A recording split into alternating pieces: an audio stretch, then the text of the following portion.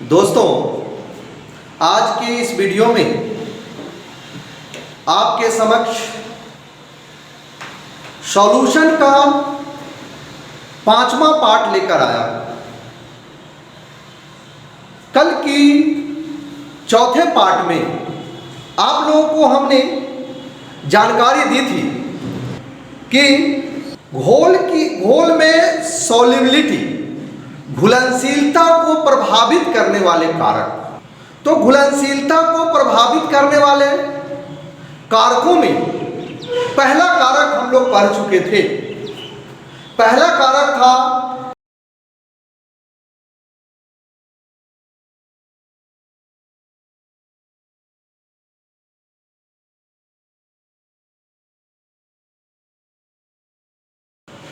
को liquid solvent में solubility को प्रभावित करने वाले कारक में ताप का क्या प्रभाव पड़ता है। दोस्तों, ताप के प्रभाव से घोल की घुलनशीलता पर किस तरह के प्रभाव आते हैं, इस पर हम लोग विचार करेंगे। टेम्परेचर यानी ताप, we know that for saturated solution. संतृप्त घोल के लिए पिछले क्लासों में, पिछले वीडियोस में हम लोग पढ़ चुके हैं कि अनडिजॉल्व सॉल्यूट तथा डिजॉल्व सॉल्यूट के बीच डायनामिक इक्विलिब्रियम, गति साम्य पाई जाती है। जैसा कि लिखा गया है अनडिजॉल्व सॉल्यूट तथा डिजॉल्व सॉल्यूट के बीच डायनामिक इक्विलिब्रियम पाई जाती है। इन टर्म्स ऑफ मैथमेटिक्स ऐसा कह सकते हैं, दैट इज अनडिजॉल्व सॉल्यूट जो सॉल्वेंट, ये डायनामिक इक्विलिब्रियम का चिन्ह देंगे solution plus minus enthalpy of solution, घोल की ऊष्मा। तो ताप है तो ऊष्मा या तो ले सकता है या ऊष्मा निकल सकती है। जैसे आपको दो एग्जांपल्स आपके सामने रखते हैं। एक, चीनी और पानी के मिश्रण से शरबत का निर्माण होता है। तो जब शरबत बनता है तो शरबत को पीने समय आप देखते हैं जो ठंडापन सा महसूस होता है, that is called endothermic process. उसमें ऊष्मा चाहिए, तो जब वैसे घोल होंगे तो ऊष्मा देने से उसकी सॉल्युबिलिटी बढ़ेगी। लेकिन जब कली चूना को पानी में डालते हैं उस वक्त उससे ऊष्मा निकलती है, वे एक्सोथर्मिक प्रोसेस होते हैं। उस प्रकार के यदि घोल बनाते हैं तो उसमें ऊष्मा का क्या होता है, निष्कासन होता है। इससे स्पष्ट होता है जो इस टाइप के जब घोल बनेंगे तो उसमें हमको ताप देने से उनकी सॉल्युबिलिटी घटेगी। इसी को हम इस तरह से लिख सकते हैं,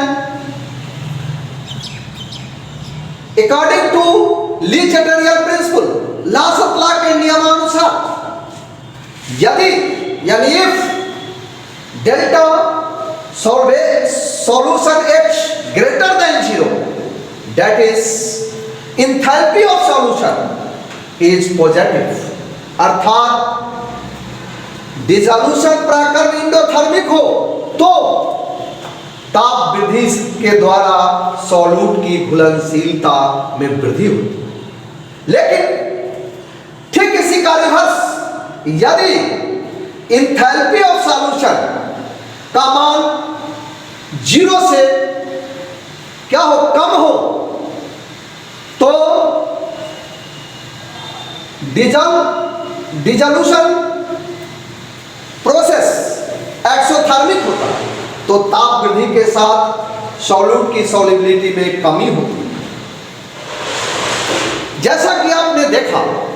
और दोनों एग्जाम्पल आपके समक्ष हमने रखा है। तीसरा है इफेक्ट ऑफ प्रेशर, दबाव का प्रभाव।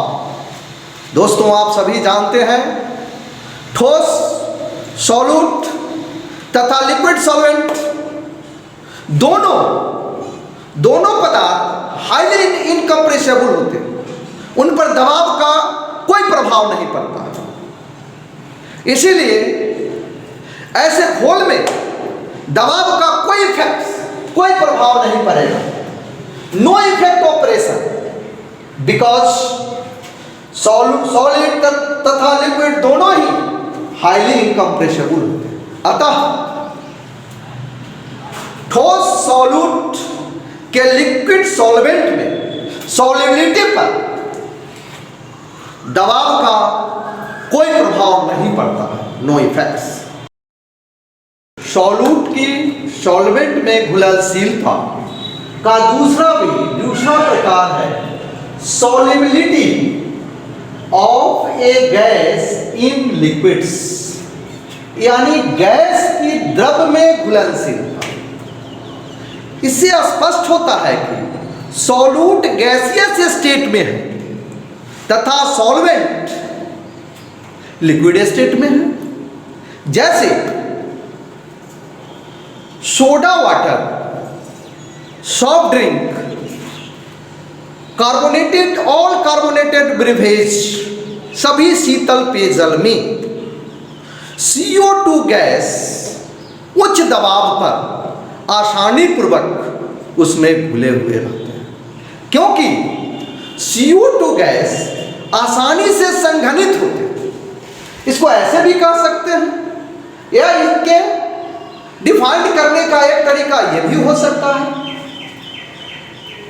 जब भिन्न भिन्न गैस सॉल्यूट भिन्न भिन्न द्रव्य सॉल्वेंट में भिन्न भिन्न सीमाओं तक घुलनशील होते हैं।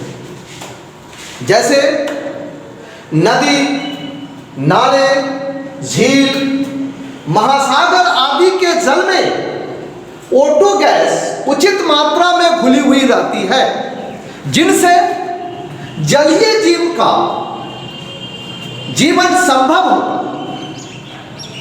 और पुनः हम तुरंत चर्चा किए हैं, जितने शीतल पेयजल हैं सभी में CO2 गैस आसानी पूर्वक घुले हुए रहते हैं उच्च दबाव पर, यानी दबाव से गैसीय सॉल्यूट की घुलनशीलता मुख्य रूप से प्रभावित होती है यदि ताप नियत हो तब। अब किसी द्रव घोलक में गैसीय सॉल्यूट की घुलनशीलता निम्नलिखित कारकों पर निर्भर करती है, यानी इनकी सॉल्युबिलिटी को प्रभावित करने वाले मुख्य 3 कारक होते हैं। पहला, nature of gas and liquids, that means gas एवं द्रव की प्रकृति। दूसरा, टेम्परेचर, द्रव का ताप। तीसरा, pressure of gas over surface of solution, घोल के सतह पर गैस का दबाव। अब बारी बारी से एक एक कर इस पर हम चर्चा करेंगे। पहला आता है nature of gas and liquids.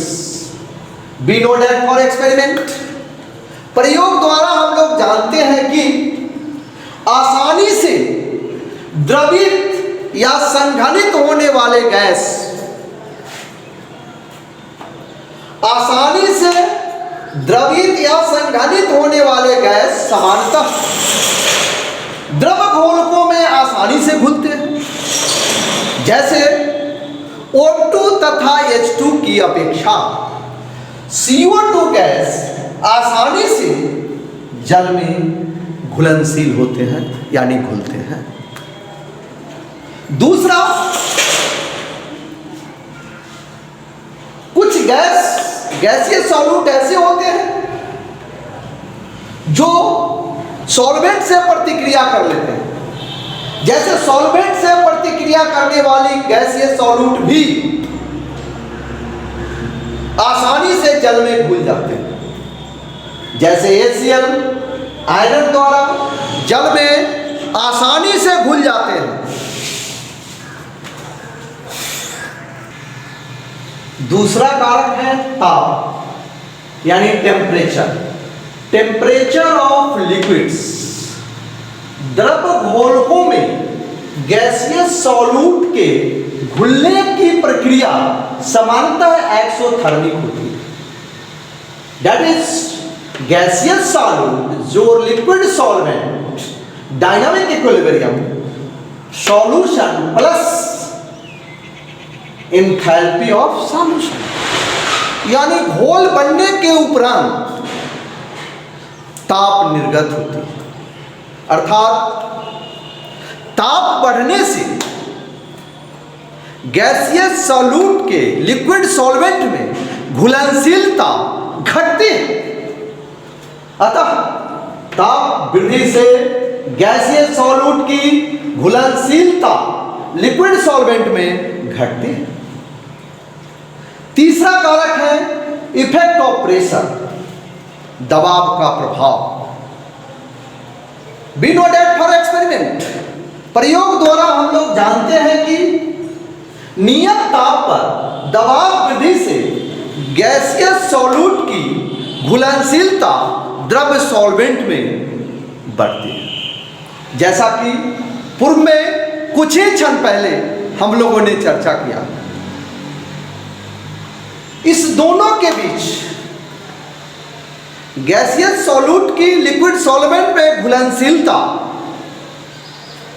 पर दबाव का जो प्रभाव है, इसकी व्याख्या करने के लिए हेनरी साहब ने, ब्रिटेन के वैज्ञानिक हेनरी साहब ने अपना एक लॉ दिया था, एक नियम दिया था, और दोनों के बीच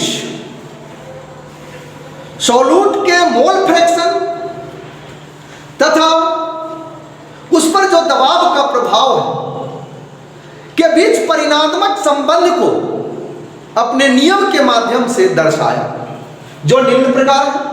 हेनरी लॉ, नियत ताप पर द्रव घोलकों में गैसियस सॉल्यूट का मोल प्रभाजन उसके दबाव के समानुपाती होता है। That means the solubility or mole fraction of a gas in the solute is directly proportional to the partial pressure of the gas over the solution at constant temperature। अर्थात ऐसा भी कह सकते हैं जे solubility of gas or mole fraction of gas in solution is directly proportional pressure of the gas over solution। According to law, XB directly proportional PX, यानी partial pressure of solute, a mole fraction of solute। और ऐसा लिख सकते हैं PV directly proportional XB के, PV is equal to KH into XB, where KH is Henry constant या proportional constant. KH का मान प्रत्येक गैस के लिए नियत होता है और इनका मान गैस की प्रकृति पर निर्भर करता है। अब आइए हेनरी लॉ से संबंधित कुछ इनकी लिमिटेशंस है, कुछ इनकी सीमाएं हैं। क्या है इनकी सीमा? इनकी सीमा क्या है? अब इनकी सीमाओं के विषय में जानें। पहली सीमा है ये आदर्श गैस के लिए ही लागू होता है। यदि सॉल्यूट आदर्श गैस हो तभी यह नियम मान्य होगा, और आदर्श गैस नहीं है तो मान्य नहीं होगा। जैसे वास्तविक गैस के लिए मान्य नहीं होता है, लेकिन निम्न दाब तथा उच्च ताप पर यह गैस आदर्श गैस जैसा व्यवहार करने लगते हैं। उस परिस्थिति में यह वास्तविक गैस के लिए भी मान्य होता है। दूसरा एप्लीकेशन है ये गैसियस सॉल्यूट लिक्विड सॉल्वेंट में डिकम्पोज नहीं करे, विखंडित नहीं हो, टूटे नहीं। यदि डिकम्पोज करते हैं या विखंडित होते हैं तो उनके लिए यह नियम मान्य नहीं होता। तीसरा है ये गैसियस सॉल्यूट लिक्विड सॉल्वेंट से यदि प्रतिक्रिया करते हैं तो उस परिस्थिति में भी यह मान्य नहीं होता, यह नियम लागू नहीं होता। दोस्तों, हेनरी लॉ का बहुत ही व्यापक उपयोग होता है। Applications of Henry law,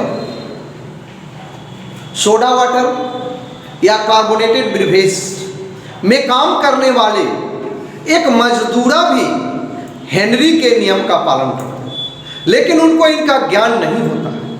practical अनुभव के आधार पर वे कार्य करते हैं, जैसे कोका कोला, फंटा, थम्स-अप इत्यादि बनाने वाले जितने कारखाने हैं सभी में हेनरी के नियमों का पालन किया जाता है, लेकिन वे जान नहीं पाते हैं जे हेनरी का लॉ क्या है। तो आइए इनकी चर्चा करें। जब आप सोडा वाटर या अन्य सॉफ्ट ड्रिंक या कार्बोनेटेड ब्रिवेज की बोतल को खोलते हैं तो उनसे फवारे निकलते हैं। कभी आपने कल्पना की है जब बोतल के अंदर और बोतल के बाहर का दबाव क्या होता है? सॉफ्ट ड्रिंक में, सोडा वाटर में या अन्य कार्बोनेटेड ब्रिवेज में जल में ऑक्सीजन के अलावा कार्बन डाइऑक्साइड की मात्रा घुली हुई रहती है। आप पूर्व में ही जान चुके हैं, जो कार्बन डाइऑक्साइड गैस संघनित होते हैं या जल में सांद्रित होते हैं, दबाव बढ़ाने से यह गैस सांद्रित हो जाते हैं। तो सोडा वाटर के केस में कार्बन डाइऑक्साइड गैस दबाव बढ़ाने पर उसमें घुल जाते हैं, उनकी घुलनशीलता बढ़ जाती है। तब बोतल के अंदर का दबाव अधिक होता है, और जैसे ही बोतल खोलते हैं तो उसमें जो गैस घुले हुए हैं, कार्बन डाइऑक्साइड घुले हुए हैं, तो बाहर दबाव कम है, तो सारी गैस बाहर की ओर निकलने लगती है, जो फवारे के रूप में दिखाई देती है। दूसरा एप्लीकेशन है समुद्र में गोता लगाने वाले गोताखोर, जिसको एस्केप ड्राइवर कहा जाता है। वे समुद्र में जब गोता लगाते हैं उस वक्त उसके घातक दर्द से बचने के लिए ऑक्सीजन में कम मिश्रित होने वाली हीलियम गैस का सांस लेते हैं। अगर इसका प्रयोग नहीं करें तो दर्द से मर जाएगा। आप सोचिए, जब समुद्र में गोताखोर गोता लगाता है तो सैकड़ों फीट, सैकड़ों मील नीचे समुद्र की सतह पर चला जाता है, और 1 लीटर समुद्री जल का वजन 1030 ग्राम होता है। तो उनके शरीर पर जल का कितना दबाव पड़ता होगा, और जब वह ऊपर आने का प्रयास करेंगे तो वो दर्द से मरकराते हुए मर जाएंगे। इसके लिए उन्होंने ब्रेथ किट का उपयोग करता है। ब्रेथ किट के एयर में 11% यानी 11.7% हीलियम, 56.2% नाइट्रोजन, 32.1% ऑक्सीजन गैस मिली हुई होती है। इन सबों के मिश्रण से ब्रेथ किट का निर्माण होता है, उसका उपयोग करते हैं।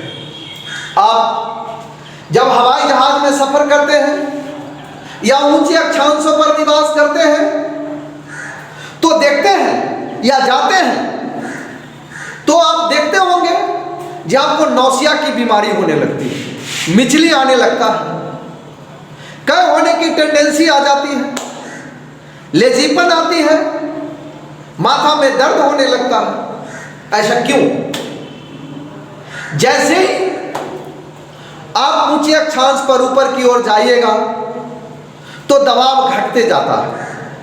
दबाव घटने के कारण आपके ब्लड में या ब्लड सेल्स में, ब्लड टिश्यूज में जो ऑक्सीजन की मात्रा घुली हुई है वे घट जाती है, क्योंकि दबाव घटने से गैसियस सॉल्यूट की घुलनशीलता लिक्विड सॉल्वेंट में घट जाती है, जिनके कारण घटने लगती है और आपको आलसीपन, नौसिया आदि बीमारी का शिकार हो जाते हैं और ऐसा महसूस होने लगता है कि काफ़ी वीकनेस हो गई है। दोस्तों, आज के क्लास में इतना ही है। मैं पुनः कल आपके लिए इसी चैप्टर से संबंधित एक नए अंदाज में और एक आवश्यक चीज लेकर आऊंगा, जिन्हें राउटल्स लॉ या वेपर प्रेशर ऑफ लिक्विड्स कहा जाता है। दोस्तों, यदि आप चाहते हैं कि हम भी आपके साथ अच्छा करें, तो उसके लिए आपसे मेरा अनुरोध है कि इस चैनल को सब्सक्राइब करें, शेयर करें तथा इसे संपूर्ण वीडियो को देखें और अच्छा लग रहा है तो लाइक करें।